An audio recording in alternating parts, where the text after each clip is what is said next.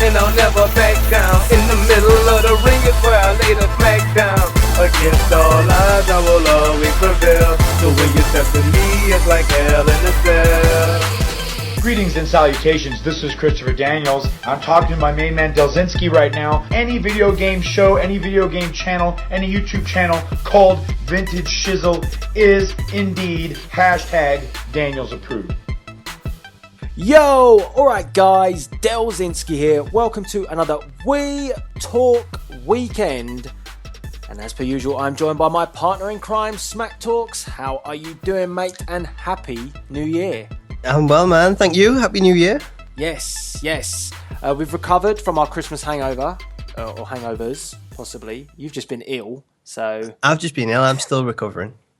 But we had that Christmas special over the Christmas period with the J-Man and Brodos, and it was good fun. We had a new theme for that week, which was interesting.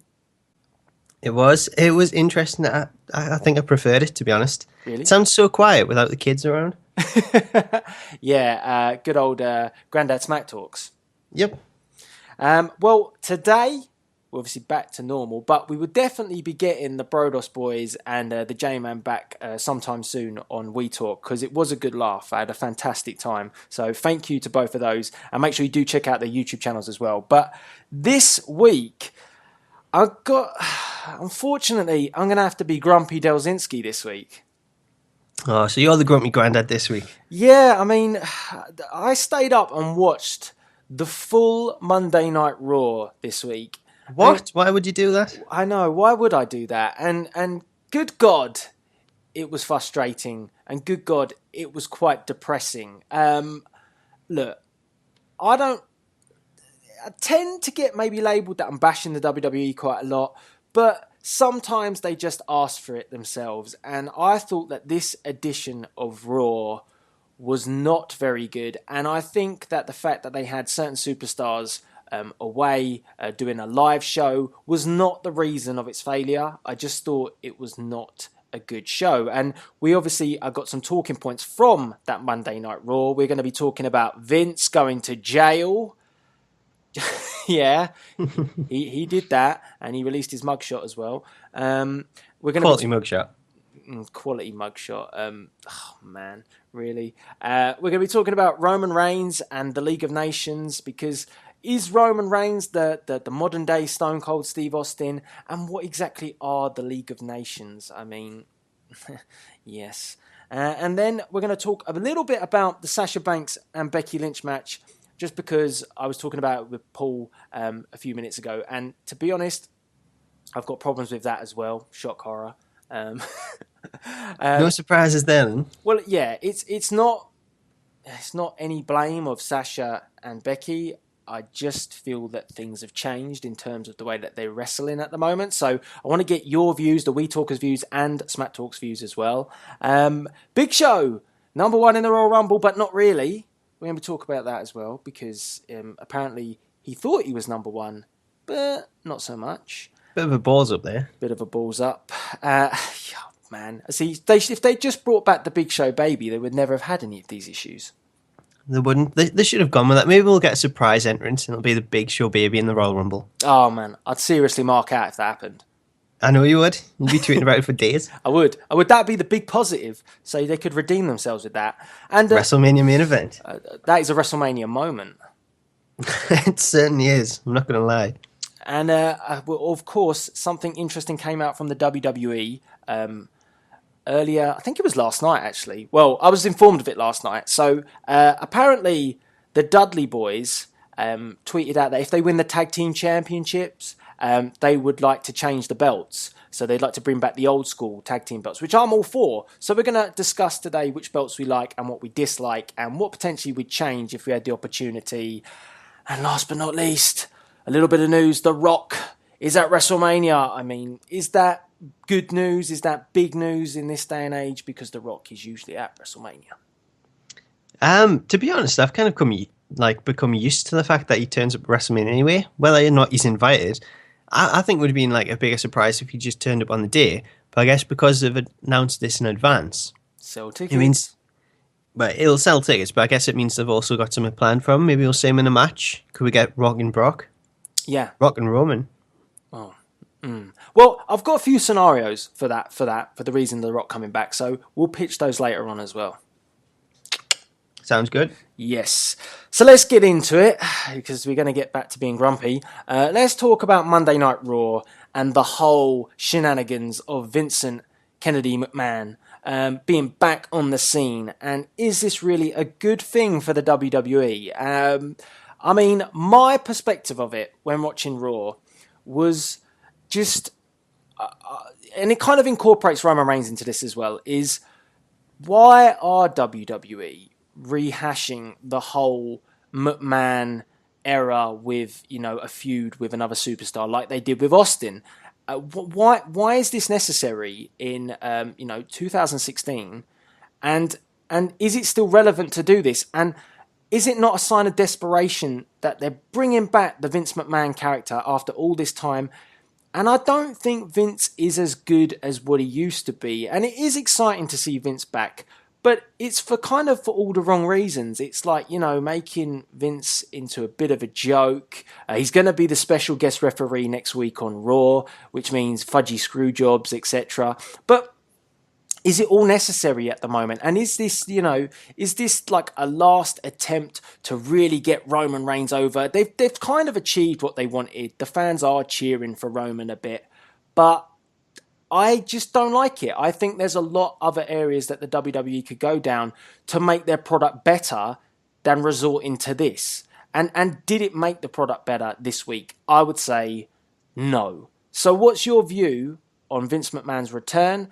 And is it good to have Vince back in this Vince McMahon character? Well, initially I thought it was good. Like, just the fact that they announced Vince was coming back, it was like a big thing. Everyone was looking forward to it.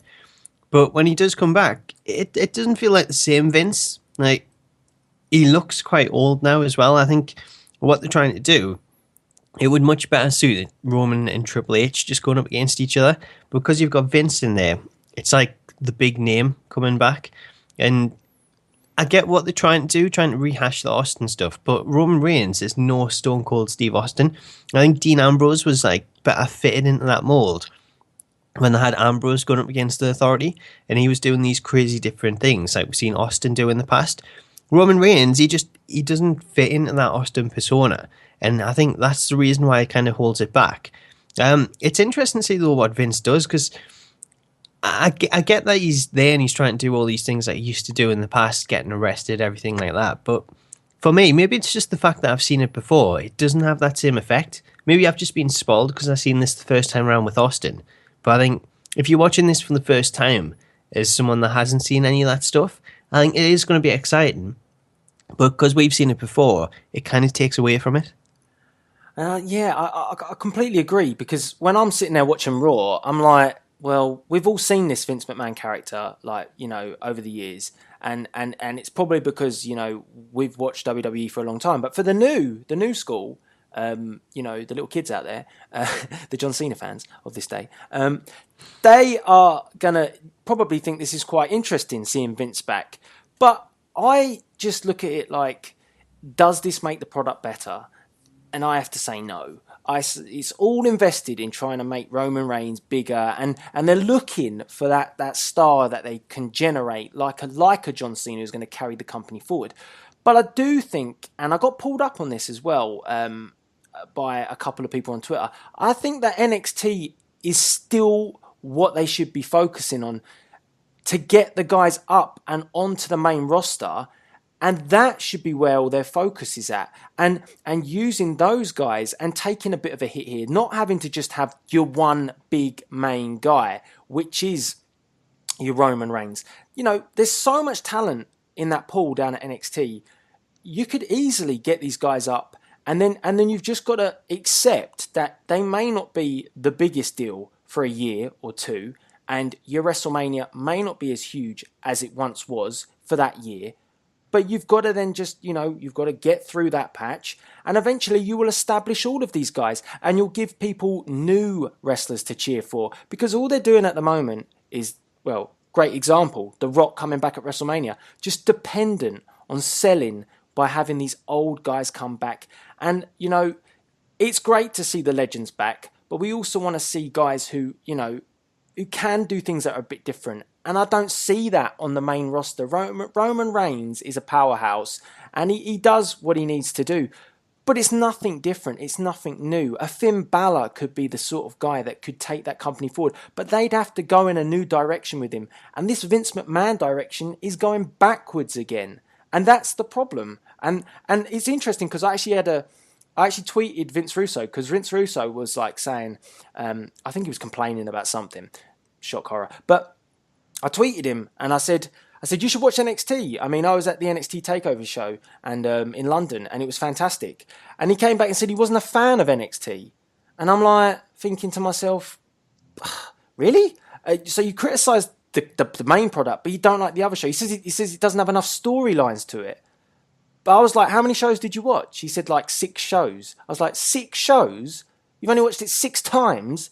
How can you develop that opinion based on 6 shows? I think there's a lot of storyline in NXT, but there's also consistent wrestling. And isn't that what everybody wants? So if you just shove that on the main show, is that not going to be better than a fudgy storyline with Vince McMahon going to prison and then being released hours later and having Renee Young stand out in the freezing cold?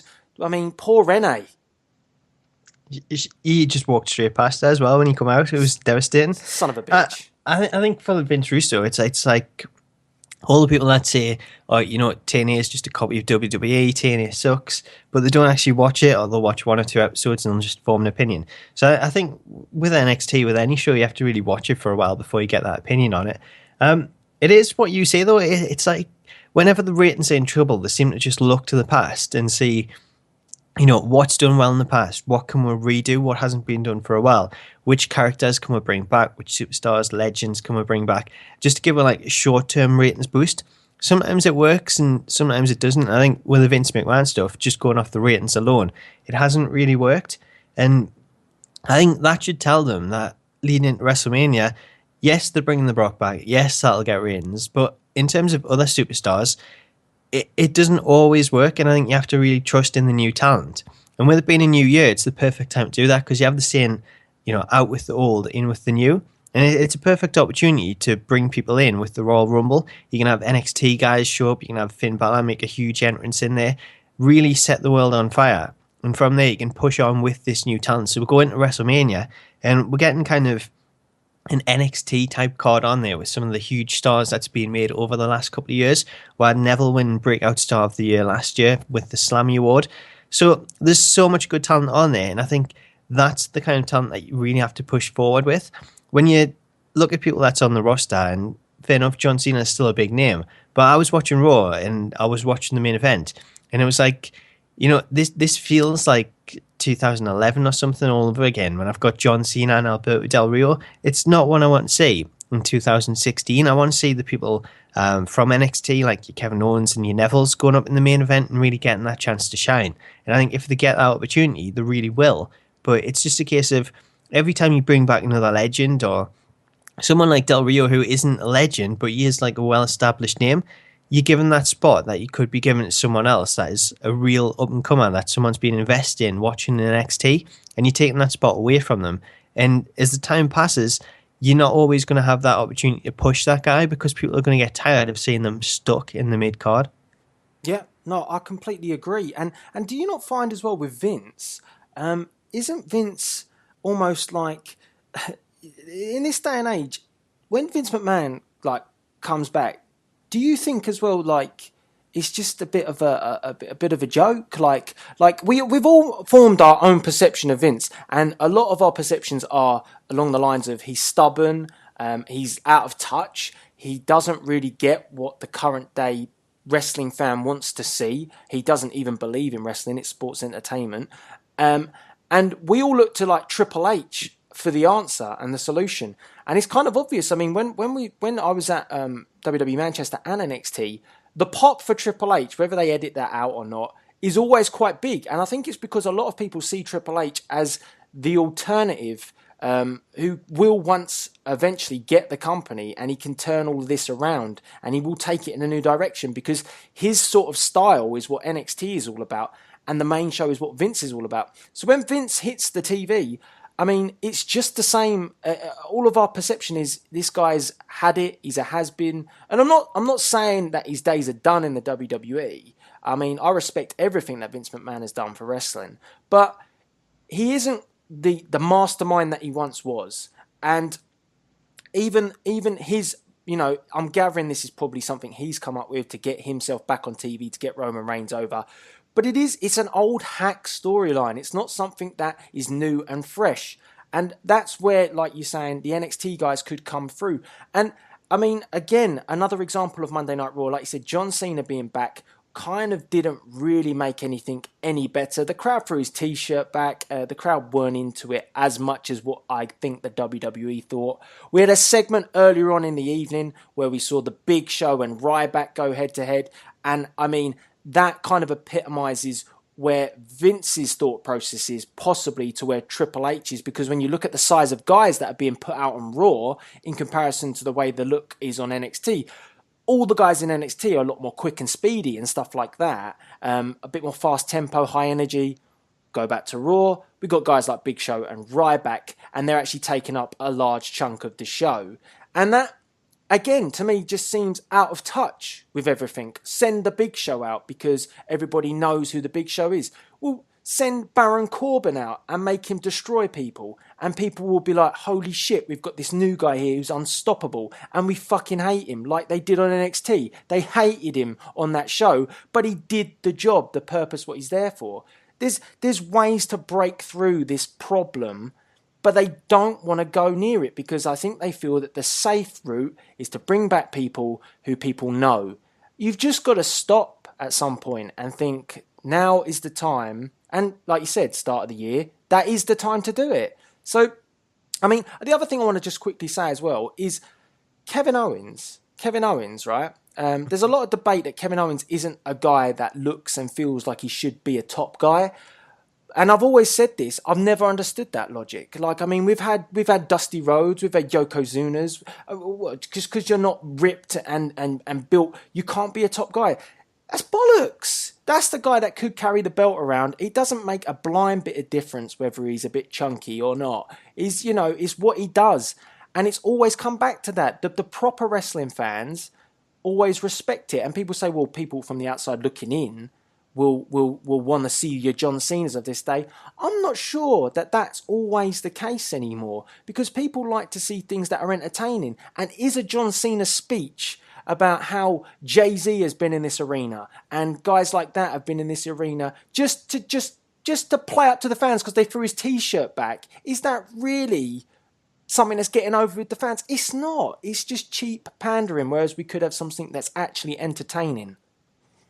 Absolutely. And I think what they're doing with Owens, like, regardless of his look or anything like that, it's the people that you as a fan connect with that you want to see. And surely they can recognise that Owens is someone that gets that recognition. And I know we've seen on Raw he got beat off Neville in something like 20 seconds, which I didn't really have a problem with because the way that he acted after it, it continued this whole Kevin Owens, I'm going to do what I want because I am Kevin Owens. And just seeing the fans cheering him and seeing him take out not only Neville, who's a fan favourite, but also Ambrose later in the night, it just shows the support that he gets. And I think it doesn't really matter if you've got a ripped body or whatever. It's that connection. If you've got the connection, that's what's going to get you over. And in regards to like putting people on the cover of things in the face of WWE, then fair enough. Someone that doesn't watch the program might see that and get interested by it. But are they really the people that you want to be sort of reaching out to? It's the people that are actually watching your product and you want to connect with and put out that good sort of episodes for so that they stick with the product. It's not getting someone in on the off chance that they might like the product based on seeing some person on the front of the cover. I think they just need to go with the people that the fans are really getting behind. And I think doing that will lead to much better programming because it's something that people actually want to watch, and it's not something that was seen before with your big shows, Rybacks, other people that, the names that people recognize, but it's not really something that you want to watch over and over again. You want something new, you want something fresh.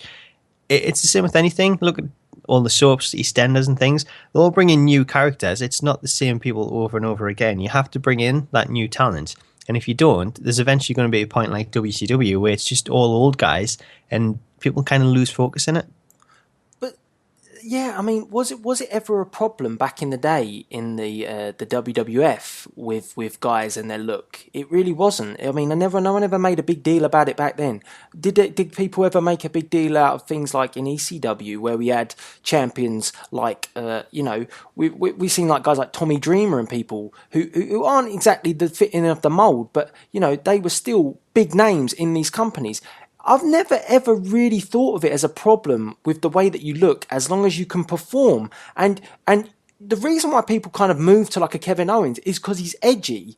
There's nothing edgy about John Cena anymore. And it's not me being a John Cena hater at the moment, but when he came back, if you can actually tell me that was exciting, and if you can actually make me believe that you thought it was exciting seeing John Cena back on TV, then you won't be able to. You won't be able to make me think that it was exciting, because it wasn't. It wasn't exciting to see John Cena back. But if you have Kevin Owens in an edgy storyline, then it is exciting. And it was exciting when Kevin Owens came up to the main roster and pitched himself against John Cena. That made John Cena a bit more edgy because the storyline he was in.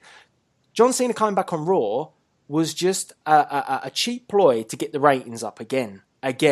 And it doesn't work. You can't do that. You have to be consistent with the storylines. The superstars are only as good as what they're being booked in. And Raw had so many flaws, it was unbelievable. It was just issue after issue after issue. Even the Vince McMahon storyline is a bit shady, because if you cast your minds back, Vince wasn't always the biggest fan of the Authority, but now he seems to be championing the Authority. Woohoo! Because of the fact that Triple H got done by Roman Reigns. It's all inconsistent. It's all a mess. And I just think that they need to just take a break and think to themselves, look, let's get these NXT guys going. The other thing as well is the crowd chanted boring during the Sasha Banks match. They chanted boring during the main event.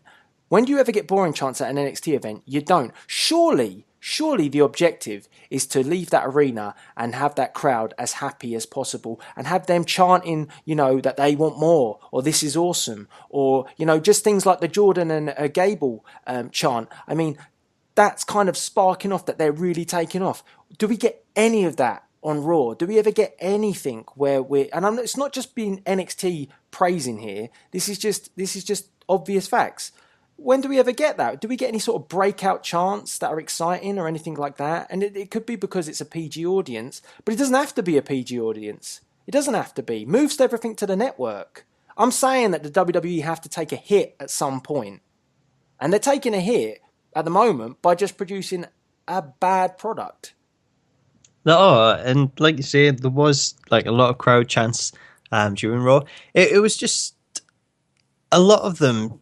Fair enough, I get if like the crowd's bored and it's not something they want to see, then they're going to give that boring chant. But a lot of the time, it kind of felt to me like the crowd were a bit of a pain this week, because you had CM Punk chants and stuff again, and it was like, do we really need this? And it was like the moment where every focus is supposed to be on Vince and Roman Reigns, and yet you've got people chanting for CM Punk and lots of other things, saying that they can't hear him. It just kind of took away from it, and I think the crowd kind of spoils it at times. But the matches themselves, they're nothing to really get behind and get into. It's just sort of filler matches. I think the exception for me, and it's one that you won't agree with, but I thought the Becky and Sasha match was like the best match of the night, and I really got into that. And a lot of the other matches, there's not much to them. They're just kind of filler matches that go through and fill in the gaps between all this storyline stuff that we get, which a lot of it isn't really great anyway. The John Cena thing, bringing him back, to be honest, I think it probably works in terms of the ratings. If you want to look at them, I think when Cena comes back, the ratings will go up, and that's because of the huge fan base that he does have. So it makes sense that way. And honestly, I was kind of glad to see Cena back. It felt weird without him on the show. And like I've said kind of all of last year, I think the matches that he has put on, mainly because of the US challenge, but seeing him go up against new, fresh guys, which is what we're saying we want to see, I think it's reinvented John Cena. It's led to some great matches, like the matches we're seeing with Neville, Sami Zayn, Kevin Owens, so many of them great matches. That's how you do it. You don't bring back people like Del Rio, who was kind of the downer in Cena's return because we knew that he was going up against him. If it was anyone else, that a new NXT guy, I would have been even better, even more excited to see Cena back. But it was the fact that he was going up against Del Rio in the League of Nations, and I knew how it was going to play out. That was the really boring part, and it just took away from it. I think if you're going to bring Cena back, use him the way you have been. Put him up against this new talent that we haven't seen before. It's all fresh. It's all new. We'll get some great matches out of it, and I think that's how you go with it. I agree on some elements. I don't agree on other elements, right? Because with the crowd, I would say that the crowd would not chant boring if they were given something that wasn't boring. So, I mean, like I said, look at an NXT crowd. They don't chant it because they're entertained, either by the matches or by what's going on in storyline. Well, I agreed with that bit. It was just like the other points. Like, but they will try and take over. Trying to hijack the show during like the Vince segment. I don't think that was needed. But I think the reason why they do is that's when you're going to places where it's more wrestling fan orientated and they just think, look, we don't want this. We want something better. And the WWE don't look to give them that. So that's when the fans get fed up and they do voice their opinion. And their opinion is, yeah, it was boring. And if you're watching at home, you kind of think the same. So, you know, I'm sitting there tweeting, I don't like this week. It's like, you know, I have the same sentiment, but I don't chant it. I think to myself, yeah, you got to be respectful at points. Like, I don't agree with them chanting boring during the Sasha and Becky Lynch match because it wasn't boring. It might not have been the best match that they've ever had, but it wasn't boring. I think that's disrespectful. Was it during that match they were chanting it? They did chant boring for a little bit in that, and they chanted it in the main event. But that match, I would say, just to touch on John Cena before we quickly talk about Sasha and Becky. With John Cena, one thing that I find with him being brought back is, what is that going to do now? Like, him against Del Rio, if Del Rio drops the belt, that's Del Rio's push down the toilet. And that is much the same of what most superstars get when they go up against John Cena. Unfortunately, Kevin Owens could be a good exception of that. But we've seen a lot of guys just slump their way down the card after they come out of some sort of feud with John Cena. Rusev's a good example of that. There's a problem there because John Cena, whatever feud he comes in, he needs to come away with it with just losing a feud and being able to just take that on board and move on. So that guy then looks strong. And that never happens. They have to have 1 or 2 matches and Cena comes out on top. And that's just annoying. That's pointless. And someone was saying to me, well, when John Cena was back, you know, John Cena was amazing as the United States champion, and I'll give him credit. He did. He made the belt look relevant again because he had good matches. But has Del Rio really been given anything decent since he came back? I mean, he got a fudgy storyline with Zeb Coulter. That, from the offset, wasn't over, that Mex America thing. Then he joins the League of Nations. He beat Cena and captured the gold, but then they didn't really elevate him any more than that because he went in a feud with Jack freaking Swagger. I mean, Del Rio's a pretty good performer in the ring, but Del Rio can only do what he's given. Cena, luckily enough, is allowed to be given guys like Neville, then Zayn, and then on so on, Owens. And he was given these guys that would make him look amazing. They made him look good, and they made him step up his game. Del Rio, is there anything that makes him step up his game? A match between him and Cena, we've seen it before. Why not give Del Rio a proper long-term feud with one of the new guys? A Neville or something like that. Where's Neville these days at the moment? Breakout Superstar of the Year, but isn't really involved in the slightest anymore. I mean, that's what I'm going back to. It's like John Cena is given that opportunity to do that, and that's why it looked good. What does Del Rio get? Well, I get that opinion. It's just like, to be honest, if I was to see Del Rio go up against those guys, it wouldn't have the same feel as a John Cena. But why? They're going up against because they don't make him look as good. Ever. No, because aside from in the ring, wrestling wise, Del Rio personality wise, it's just so boring. But that's because they book him so terribly. Like, I can't relate to Alberto Del Rio at the moment. I could when he was just a heel, like a proper heel. And he's getting a little bit back that way, but there's not much to it. I mean, there's no substance in his storylines at the moment. He doesn't do anything that's majorly heelish. It's just Del Rio with the belt. And it's like there needs to be more to him than that. I mean, we had all those sort of good storylines before with other superstars. I just find it frustrating with that. It's going back to Cena for something because they're desperate. If he takes the belt off Del Rio, it does nothing for Alberto Del Rio's return. So that's really shit. And in a time when you're trying to get other people as proper heels and top guys, and it doesn't do anything again. And the end of the show, after the show, was a face-off between Roman Reigns and John Cena. Does anybody want to see that? I want to see that. What? Are you kidding? That is exactly what I want to see. I just talked about Cena going up against all these new guys, which is something different. And the thought of John Cena going up against Roman Reigns, I think that is perfect. No one needs to bring the best out of them two wrestling-wise. Cena's not going to be wrestling as a heel in that. Roman's going to get a load of heat.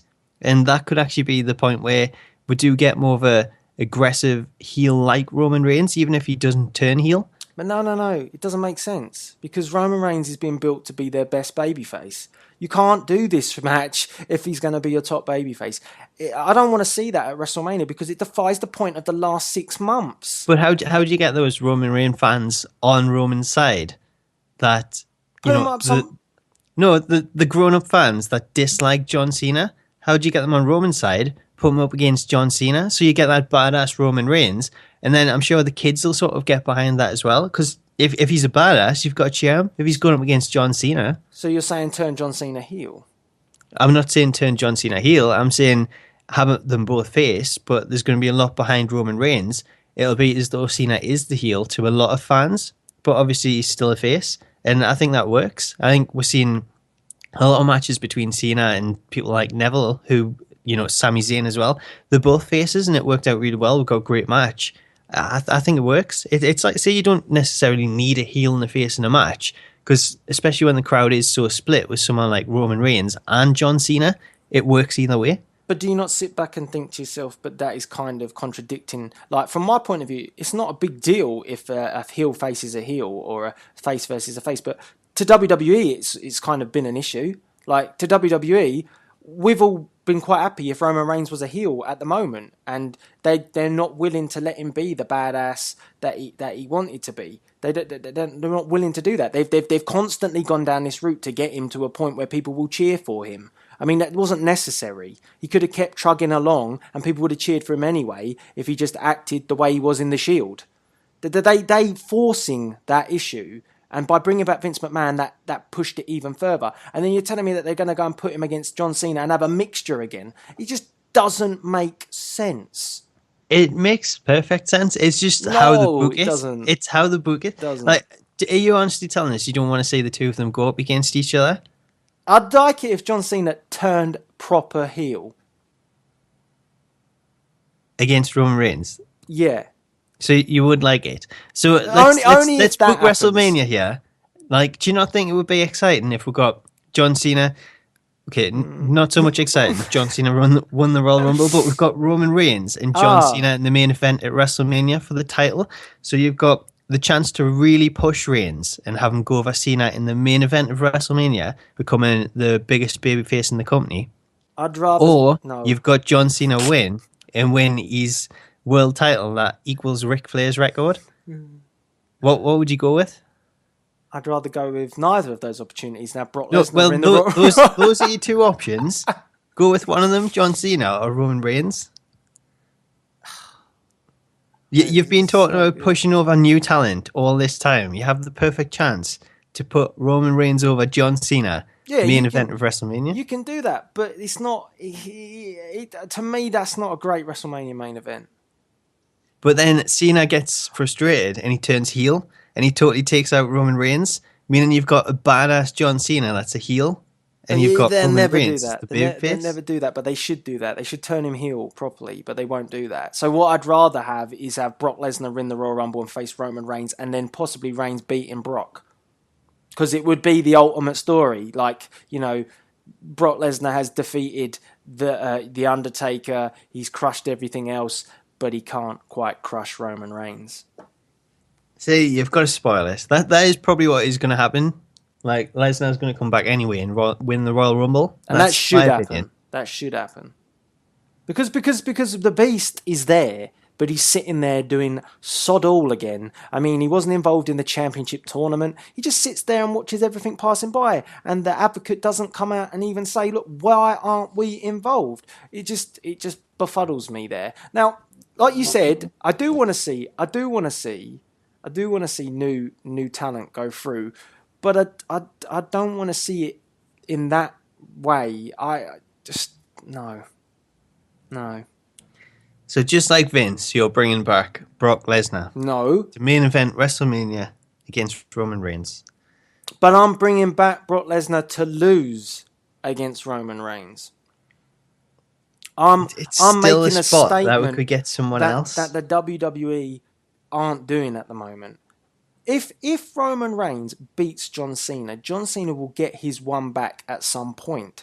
This is the problem with everything. You need to have Roman Reigns win and John Cena to say, I don't need that victory anymore. I'm above that. I don't need to get that. When has he done that? Go through his feuds and tell me when he just accepted it and walked away. Or does he always get his rematch? I watched Scary Movie 2 last night, and that guy with the little hand where he says he thinks he's going to be the bigger man and walk away. Walk away. John Cena could do that, please. I don't know. I don't know if he could. If you think about it, though, regardless of whether he wins or not, he still puts over these superstars. Like, look at the US Open Challenge. Look at the matches with Sami Zayn and just showing people what they can do. It's...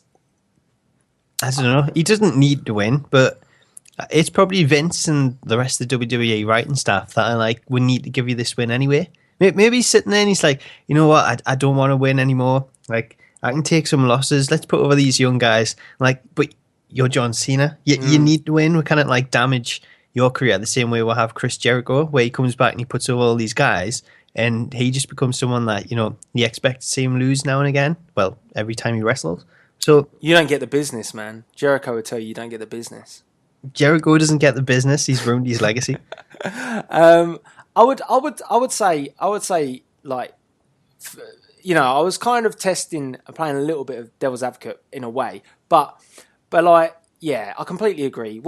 Those matches that he did have with everybody for the United States Championship were awesome. I just think that when it came to like the big match with him, like with your Owens or with your Rusev, it could have been left at, like, for example, Rusev could be your biggest heel in the company if John Cena had taken a loss and just moved away. But he didn't. He fell all the way down the card after he took like those losses from John Cena, and it was like, you know, they made a big mistake there, but it's not an uncommon mistake because they do it with a lot of guys. Kevin Owens should be higher than what he really is, to be honest. But again, it almost was like his biggest moment was that match with John Cena. And why wasn't he bigger than that? Because he didn't move on to bigger and better things, start challenging for the world title, because he lost to John Cena.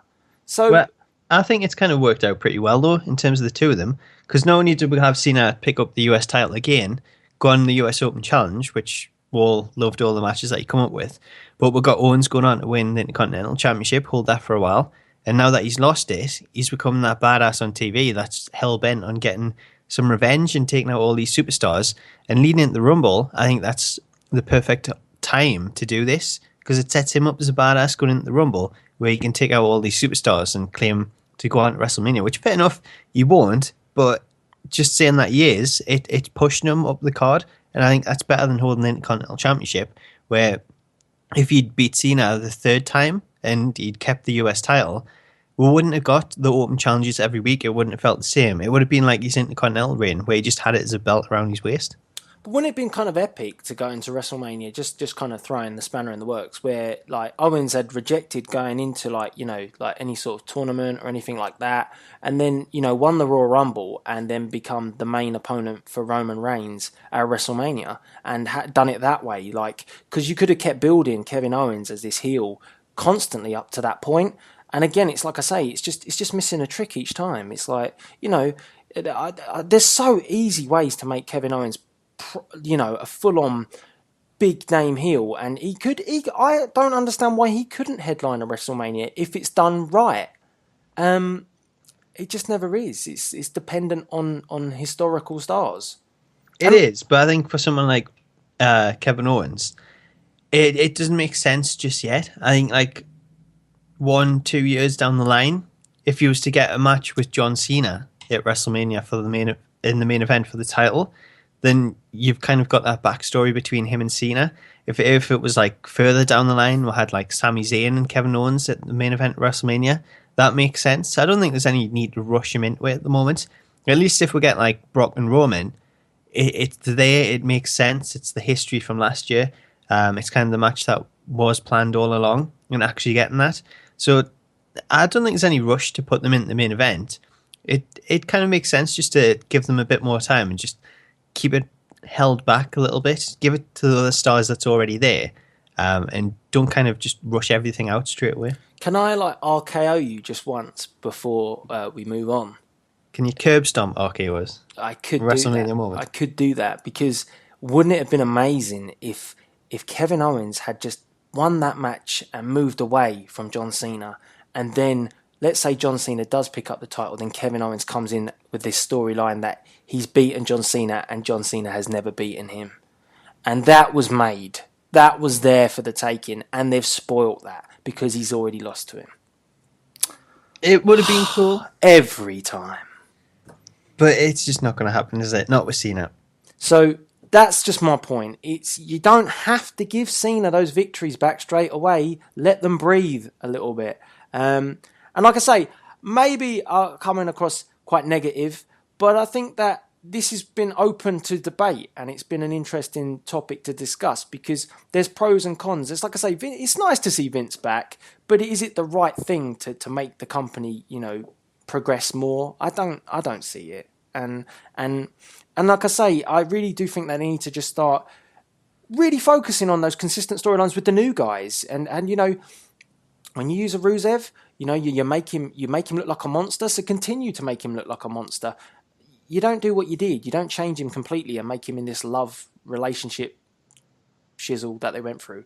And it was the same with a lot of guys that they've done that with who've come up. You're never going to get a top guy if you keep doing that. Can I throw this to you? Go on then. What would you have made? Would it have made much of a difference? And would you have preferred it if Vince hadn't come back, but the person stepping up for Stephanie was Shane? It would have been more interesting just on the basis that we haven't seen Shane McMahon for a very long time. It depends. Shane's never been the leader of anything really, apart from, when he did his WCW invasion. It's always been like, deputy to Vince. So it would have been cool because we've not seen Shane McMahon in a long, long time. Whether or not, again, storyline permitting, how it would work out is a different kind of story. So that depends. I wouldn't have minded seeing Shane come back on that basis because we haven't seen it before. Have Shane, come back in such a long time, and how would he play things? You could really kind of spin Shane in a different angle. He's been away from the business a long time. He's seen the issues with the business. He wants to change it up a bit. Vince didn't do that. Vince came back just as bona fide heel Vince, who wants to reignite the Austin storyline just with Roman Reigns. Yeah, I totally get it. I think it'd be really cool though with Shane. I think like if they took out Vince, they took out Stephanie and so many people, and Roman Reigns is just on top of the world, then it would be so cool. Just think, he's got past everyone. He's beat all the authority, and then Shane McMahon rocks up. Like it didn't even have to be Shane. He could be having someone else working on his behalf, like the Wyatt family, and Shane be sort of the mastermind behind it. I think I just want to see Shane back because it's been such a long time. It's something that would make more of an impact as opposed to Vince, who would kind of knows always there behind the scenes anyway. So I think someone like Shane would just be in a much bigger impact. Yeah. No, I don't question that at all. It's the shock factor as well. I don't really get shocked that Vince is back. So there's not a lot of shocks in the wrestling world these days. So yeah. No, I agree. Shane would have been interesting.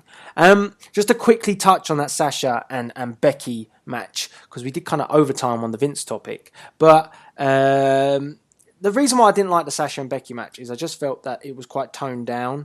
It wasn't anything near what they do on NXT. And yeah, it could be a case that it wasn't a pay-per-view, wasn't something where they had to step it up. But it would be awesome if the Divas tried to steal the show in that way and just put on this absolutely awesome match. You'd have everybody saying that was the match of the night. It probably was the match of the night because the card wasn't very good anyway. But I mean, just to have that standout match and step it up a gear. And I get that there's more things to think about being on Raw than NXT. You've got Integrate, Team Bad, which I'm not really that amazed by anymore. I'd just rather Banks be on her own. But, I mean, I just felt that someone had said to them, slow it down. Don't hit the ropes as hard. Don't go as heavy as you did in NXT. And you'll be fine out there. And I don't understand that. I felt that, like, when Sasha runs off the ropes, she doesn't run off the ropes with any more, like, oomph like she used to in NXT. Just feels like to me that the style that's on Raw is very different to NXT, and it feels like someone's telling them to tone it down, and I don't like that. It is, but like I said to you before, I think it's just a case of, you know, it isn't a pay-per-view, so they're not going to be going all out. Like we did say at the likes of TakeOver with Sasha Banks. They're not kind of focused on each other because you've got Team Bad at ringside as well. So there's more people in it and it gets a bit more complicated that way when you're setting up the matches.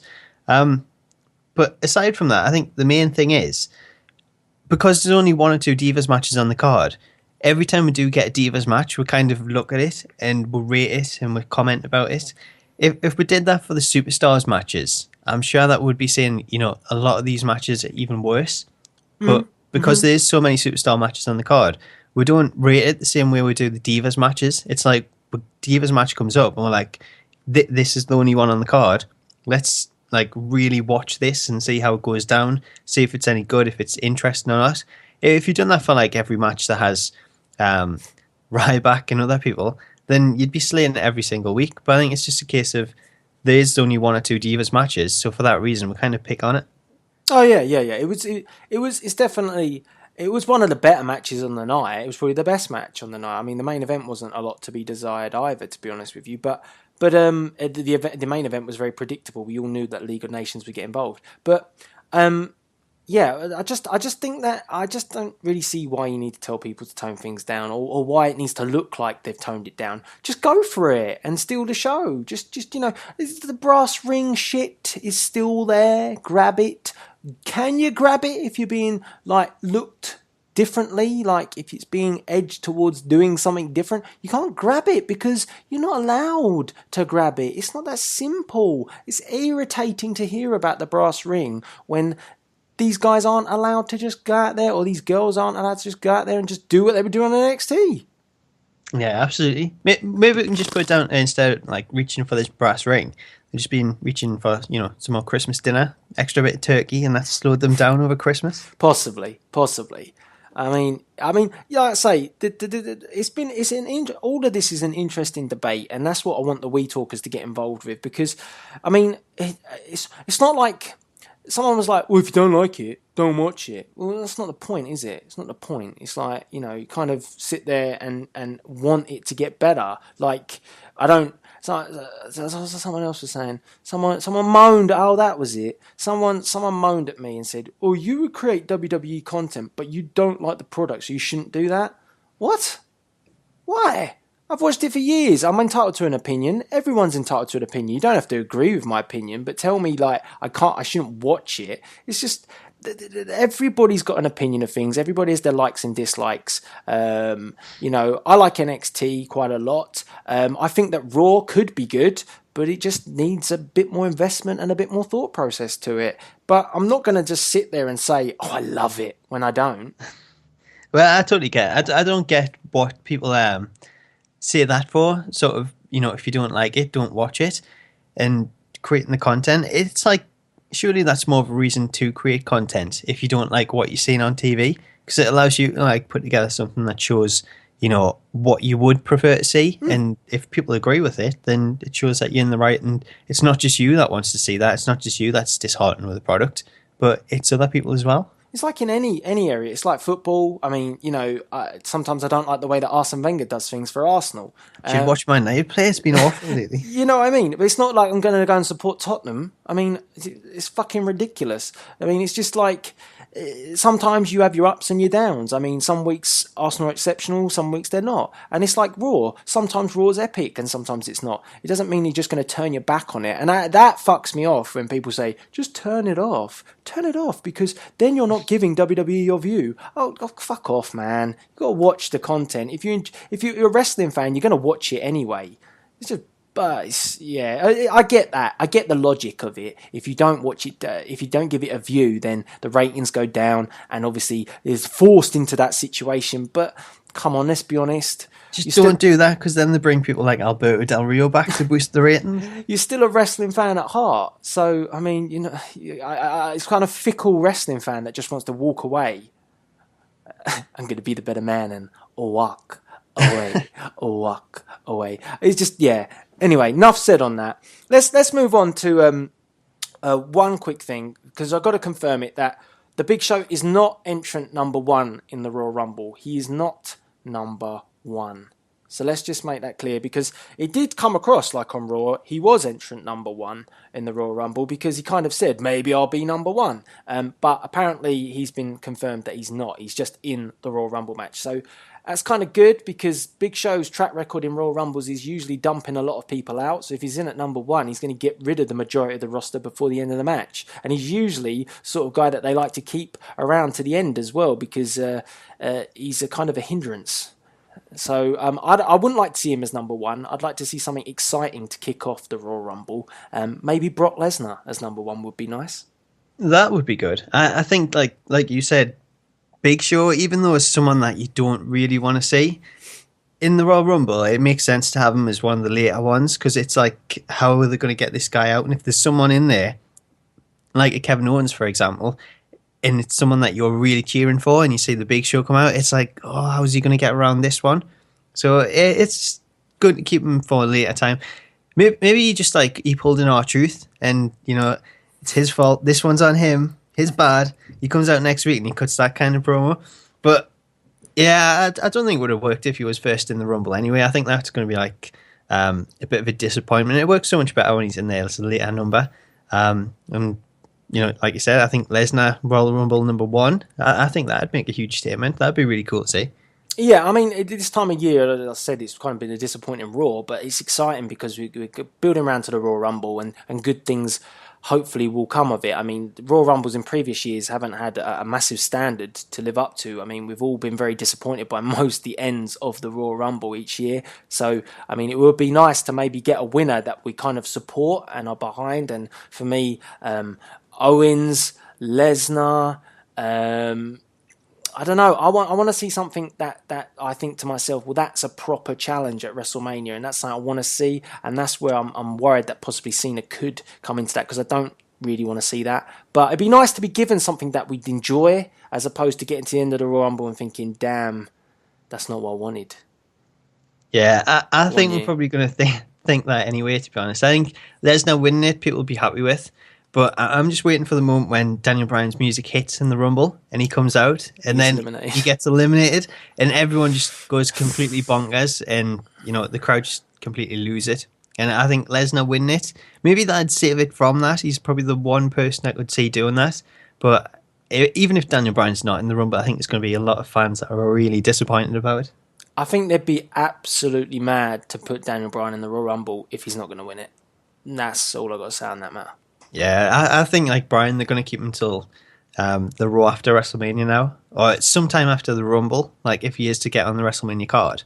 But yeah, I can't see him being back for the Rumble. You'd be better off bringing Daniel Bryan back when Roman Reigns doesn't have the belt, if you're trying to make Roman Reigns this face, because the minute you let Daniel Bryan interact with Roman Reigns, he's going to get booed. So it's not worth the hassle. Yeah, it's not worth it. If you bring Bryan back, it's going to kill Reigns, because everyone's going to, you know, jump back to Bryan and just want to push him forward. And like I say, if he doesn't win the Rumble and he is in it, then people they're going to lose their shit. Mm-hmm. Totally. So we've obviously got. Let's before we talk about our belts. You did mention it earlier. The Rock at WrestleMania.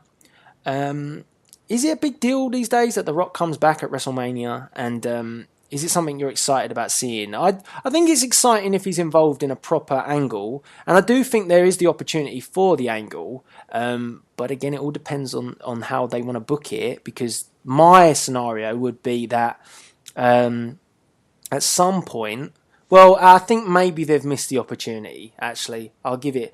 what I would have liked would have been Roman Reigns had turned heel and joined the Authority, and then you have The Rock come back and kind of oppose it. And it doesn't lead to a match between Roman Reigns and The Rock. It leads to a match between Triple H and The Rock, because it could all be about him trying to, him turning Roman Reigns. And it could actually have ultimately ended with Roman Reigns siding with The Rock. And they would have got a massive pop for that if they'd done that. So, for me, that could have been the way that you would have got Roman Reigns over as a face, is by taking it to WrestleMania and doing that job. And probably people are going to go, well, you didn't want to see old school guys come back, so why would you want to see Rock Triple H?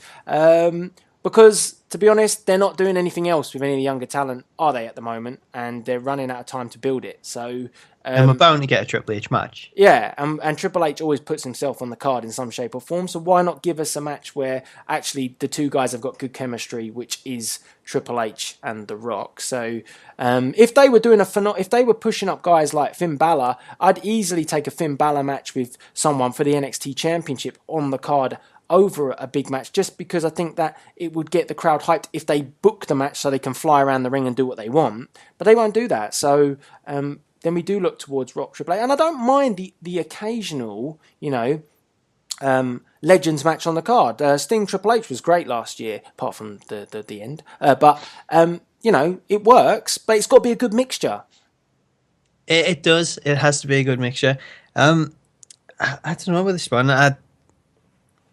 I don't know if I really want to see The Rock just wrestle another match. Now, it depends who it's against. I mean, Triple H, I would take that. I would probably take a match with Lesnar. Anyone else, I'm not entirely sure about. Not current roster-wise, because the matches he had with Cena, I don't think it was the same. I think it needs some kind of history there, so it has to be someone like Triple H. The moment I kind of enjoyed the most was just The Rock coming out and just, chatting with Hogan and with Austin, as opposed to actually wrestling. But it'll be kind of cool to see him on the card. I think it's always going to boost WrestleMania when you've got The Rock there. Maybe, I don't know, I could see him going up against Triple H. I think that's probably the obvious one. I think Lesnar's a good choice as well. Even if he enters the Royal Rumble, you could make an incredible appearance as a surprise entrant, take out Lesnar, and that could lead to a match at Mania. Yeah, I don't think he's gonna. I don't think Lesnar's the option though for him, because I just think that with Brock, it's too much of a risk with so many things that The Rock has on. And it's annoying to talk about it, but he does do movies, he does do things, and they were pretty pissed when he had that match with John Cena. He tore his abdomen or something like that. He had loads of issues. Brock will just tear him apart, throw him around the ring a lot. That's not really ideal for his situation. Whereas Triple H is a bit more, I would imagine, a bit more courteous of the way to do things. So I think that match suits The Rock better. I think the match in general suits The Rock better. He's not as agile as he used to be. You tend to need someone with Lesnar who's got a bit of pace, and The Rock ain't got that. And it could end up in... it would be a spectacle, because you'd see suplexes left, right and centre. Not like Cena, where the chemistry wasn't quite there. But I think that Triple H is more suited for a match with The Rock at this point in time. Yeah, I agree with that. I think of the two, I would obviously go with Triple H over it. I think just on sort of WrestleMania sales alone, I think Brock and Rock is the one that you would use to promote it. Mm-hmm. I don't think Triple H and Rock would be the kind of as big a match to promote WrestleMania and sell WrestleMania as it used to be. And I think when you've got the name Lesnar and you've got The Rock, then I think that is something that really will sell tickets. But between the two, I obviously prefer the Triple H option. I think that'll lead to a much better match as well. And because you've got all that history there, it just adds so much to it. And I think that's kind of what we're missing with some of The Rock's matches when he's come back in the past. It's fair enough, it's been new with Cena, but it hasn't felt right. Well, if I was a Lesnar fan, I'd be a little bit worried if it was Brock versus Rock, because I'd want a Lesnar win out of that. And I'm a big Rock fan. I like The Rock. I'm not one of those people that gets the ump when he does come back. I think he does do it to try and help. But I would oppose him winning that match. I didn't really think he should have beat CM Punk. It was pointless back then. But that to me would be a real big mistake. The Rock beating Brock. The only way The Rock should have beaten Brock was potentially when that point where Brock is unstoppable and you needed to get the belt off of him, maybe. But you don't really want to do it just for the sake of doing it, because that would really damage the whole destruction that Brock Lesnar's left behind him. I mean, taking the streak then losing to The Rock, no. But then I'll throw this out to you, and you said this before yourself. Brock Lesnar losing to Roman Reigns. Yeah, but that's the point. That's the payoff. He's no Rock. He's He's no Rock, but you're trying to pay off that Roman Reigns is capable of doing that, because that's what Roman Reigns can do, and that cements him as a big star if he does that. I mean, he's already done. He put up that match at WrestleMania. Was it Roman that got pinned, or was it Lesnar that got curb stomped? Who got pinned in that main event? Who got pinned in the main event? When Seth Rollins cashed in. Roman Reigns got pinned. Yeah, so it was a screwy finish, and the Beast has never beaten Roman Reigns, has he? Well, he hasn't. That's why I think we'll probably get this at WrestleMania. It's the match that was supposed to happen last year. And Reigns beating him kind of solidifies what he can do, and that's my point. And he's no Rock, but you want to make him into your next Rock, apparently. So just do it. And unfortunately, just do it. Just get it over with. We don't have to sit through months and years of this crap. Well, I'm not gonna. I'm not like I would. The kind of the fan in me would like Brock Lesnar to win. I'm not gonna lie. If it's a championship match. But for the sake of doing what you're doing and establishing a new star and making it credible, he's got to win, isn't he?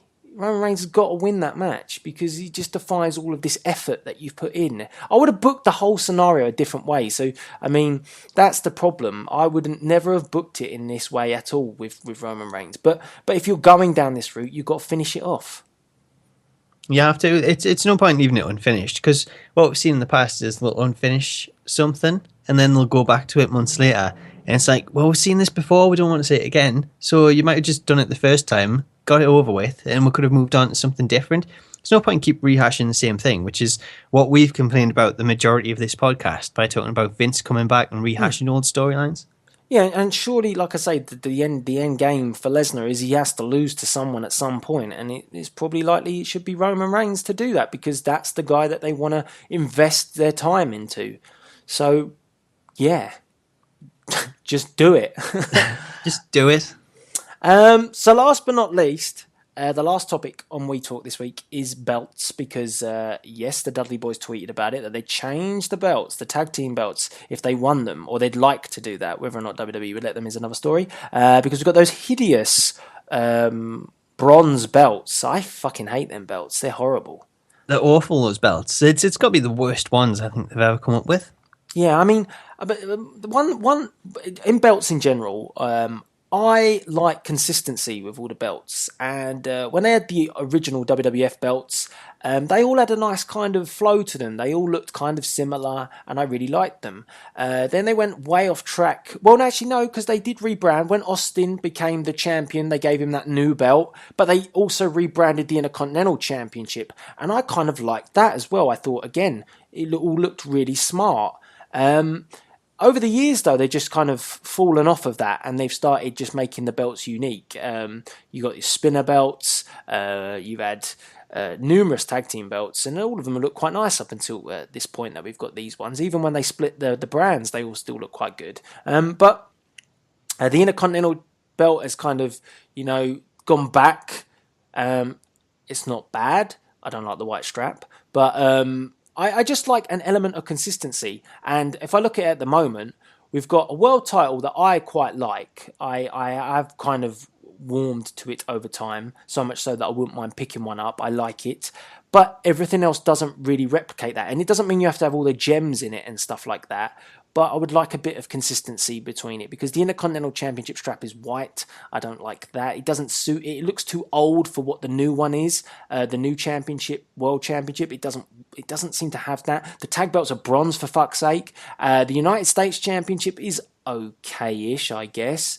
But like I say, there's no consistent flow between them. So I'd like them all to have that sort of theme where they all kind of work together.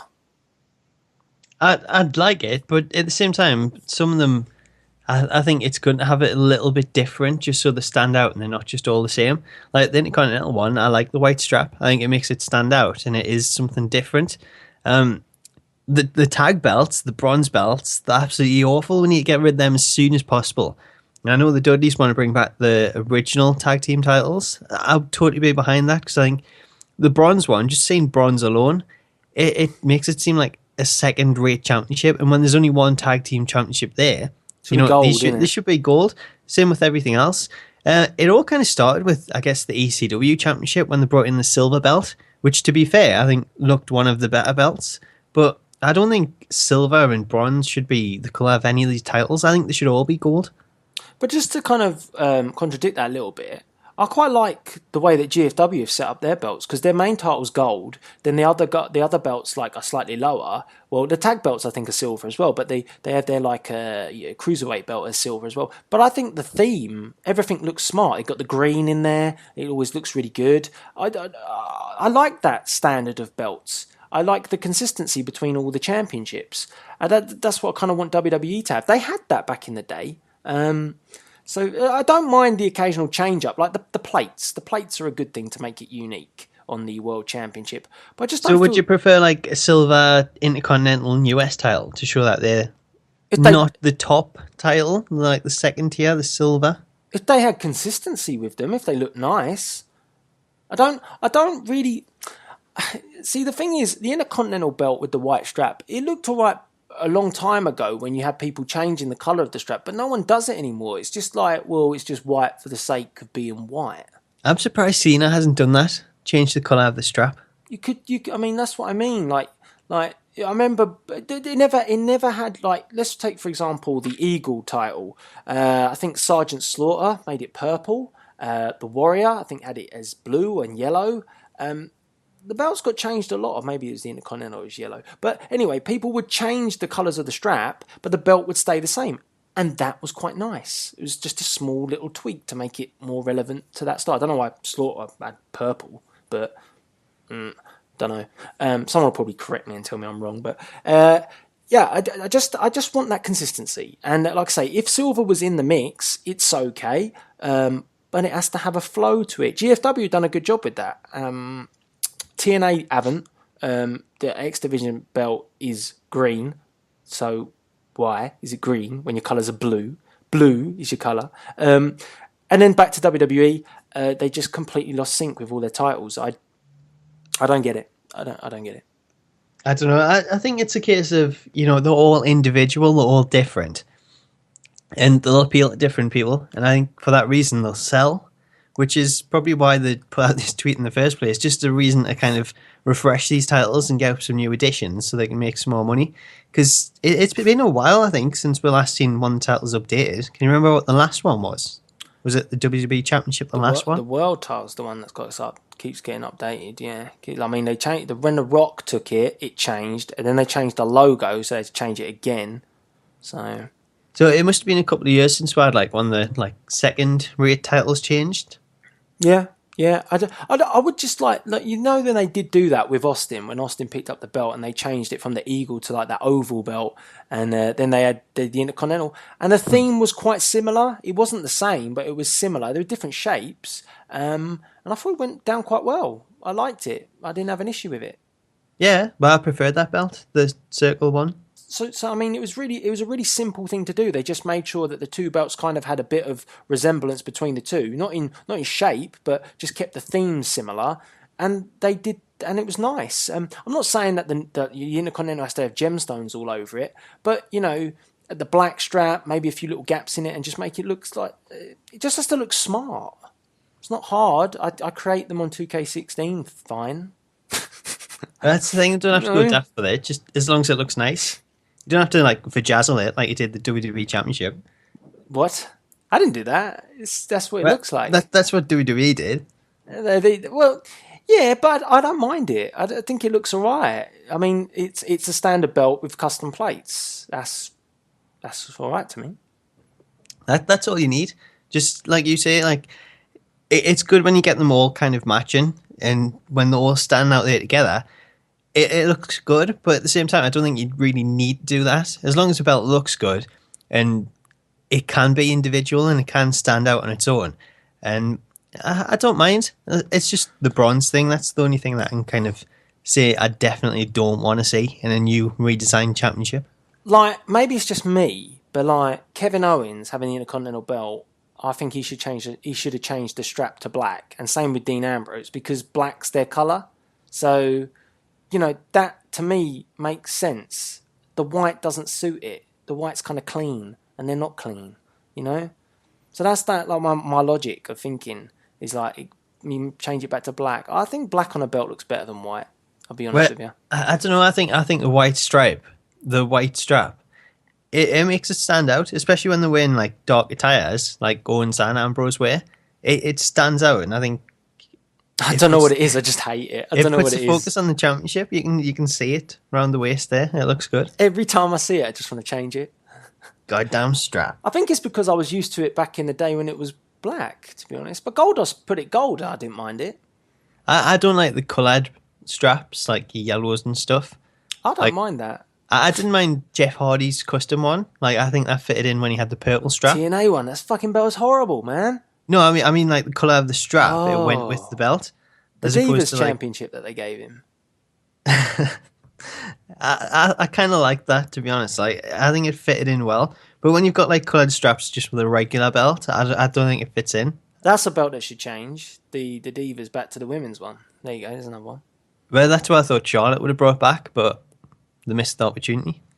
So, there's a good a chunk there that could be changed. I just want consistency with the belts. Some sort of standard template where they've all got that similar look. I think, if you look at the belts I did on Main Event, I didn't do an awful lot with them, but I feel they've got an element of consistency. Like I've used silver on them, but I don't think you would think to yourself, well, that doesn't replicate anything. I think that the belts are unique to themselves without too much change to them.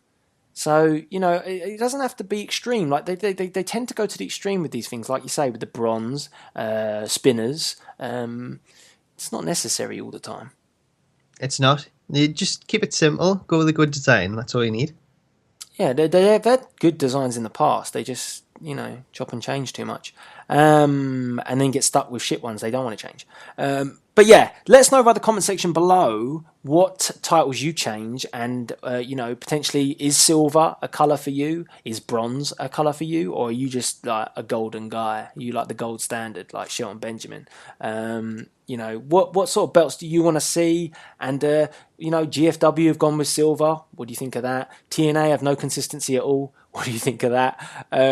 Plenty of things to talk about when it comes to belts, and that kind of brings us to a close on this week's We Talk. So, as per usual, Grandad Smack Talks, have you got any shameless plugs this week? Well, if you want to check out Regeneration X, there's a new TARDIS talk up. We've got the Doctor Who Christmas special. We've been covering that with kind of just a recap and talking about River Song herself, and where her story's kind of now ended. It's took her to the end again. Aside from that, we've got lots of new content that we're kind of planning for the new year. I think it should be a good year because it gives us a chance to cover a lot of different games that we don't get a chance to do when I'm constantly covering WWE. So I'm really looking forward to that. The Smack Talks channel, kind of just the same thing as well, just looking at content and putting out some new stuff. Unfortunately, being ill over the last week has kind of hindered that process. But over the next couple of weeks, I'm going to try and put out a lot more concepts and just new content aside from community showcases. But obviously, they will still stay. There is some up on the channel this weekend, so make sure to check that out over on the Smack Talks channel. Yeah, I didn't really understand any of the first bit that you talked about with someone. What did he say again? Who's this person that's come back and gone? Well, we're introduced to River Song when she come in and she died. Who the hell is River Song? River Song? Yeah, I can't give away any spoilers. But she died when we first met her. And then we got to know her. And then in the Christmas special, we got to the point where it's the episode before she then dies, which was when we first met her. So, like I said before, it's all a bit timey-wimey, but you'll have to watch it because it's amazing stuff. It's all a bit grim, isn't it? It's all about death. Well, maybe there has been a little overtone over the last series, but it's all good stuff. Make sure to check it out. You know what this show... Just check out TARDIS Talk, and we can explain it for you so you don't get all confused. Do you know what this show needs? What's it need? It needs Vince McMahon. It needs Vince McMahon to come in there and sort things out for you. That's the last thing it needs. It needs Vince to just come in there with some swag. You know, See, I don't have a problem. Arrested for murdering somebody. Vince would totally ruin it. It's Doctor Who in the different. TARDIS, all that sort of stuff. Well, they can bring back as many old characters as they want. It's not going to ruin it like Vince does. Actually, to be fair, he could do that, couldn't he? Couldn't he go in the TARDIS and go back in time to the Attitude Era and bring back? He could bring them all back, and that would totally solve the problem. See, look, I do know some stuff about Doctor Who. They can go back in time and stuff like that. There you go. See, you're all clued up. Now all you have to do is go watch the new Star Wars. No. I've only seen it 4 times. Oh, man, really? How much money have you spent on tickets? You could be doing so much more with that stuff. I really couldn't. There's not much else out. Anyway, on my channel, you should have Survivor Series up by now, but it's at this second in time, it was processing at 95%, which it has been doing for a long time. So it could be there, it could not be there, and that's as much as I'll say on the matter on that. It is a long show. It's a good show, but it's taking forever to upload. Thank you very much. And that's as far as you're going to get with that. And then obviously, I'm going to be doing a few other little bits, some different videos. And with Saturday Night Main Event, it's not that we're not going to be doing it as often. We're going to try and keep it going. And it's always going to be on my channel. It's a big part of my channel. But we're going to kind of evaluate the way that we structure it, because once a week is so difficult to churn out episodes, and you guys kind of want a bit more, and it's like, well, I don't want to devalue the product by just giving you pointless stuff just for the sake of rushing it. So I'm going to review the way it's being done, whether or not it might be worth putting it out every 2 weeks. But we'll be adding little things in there as well. So it's not just going to be every 2 weeks and nothing else. You're going to get like little promos, little snippets, maybe the odd match or two in a midweek. Just making it a bit more fun and a bit more easier to do, because it is a massive project when we do universe mode. And to get rid of all the botches that 2K16 churns out sometimes is difficult. And trying to get that in, and just by this show being 2 hours long, hopefully you guys will understand why it takes so long. So yeah, that's Survivor Series done. I bet you're glad.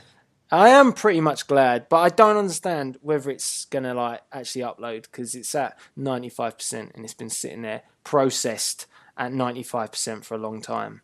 Right, it can't be helped yet. The mercy of the YouTube gods at the moment. Yeah, so we'll leave it and we'll see what happens. But yeah, that brings us to the end of another We Talk. So let us know on the topics that we talked about today. Is Vince McMahon relevant? And, did you enjoy his segment going to jail and ignoring Renee Young in the cold? I didn't enjoy that.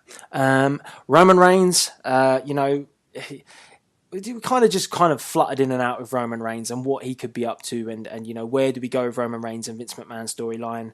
Sasha Banks, Becky Lynch, have they scaled or have they toned down the divas a little bit? And John Cena, were you happy to see him back? And can you sell it to me that it is great to have John Cena back? Did you pop when John Cena arrived on the scene at Raw? And what belts do you want to change? And are you happy with The Rock being at WrestleMania? That's absolutely everything. So this is Delzinski. And Smack Talks, are you going to catch us later?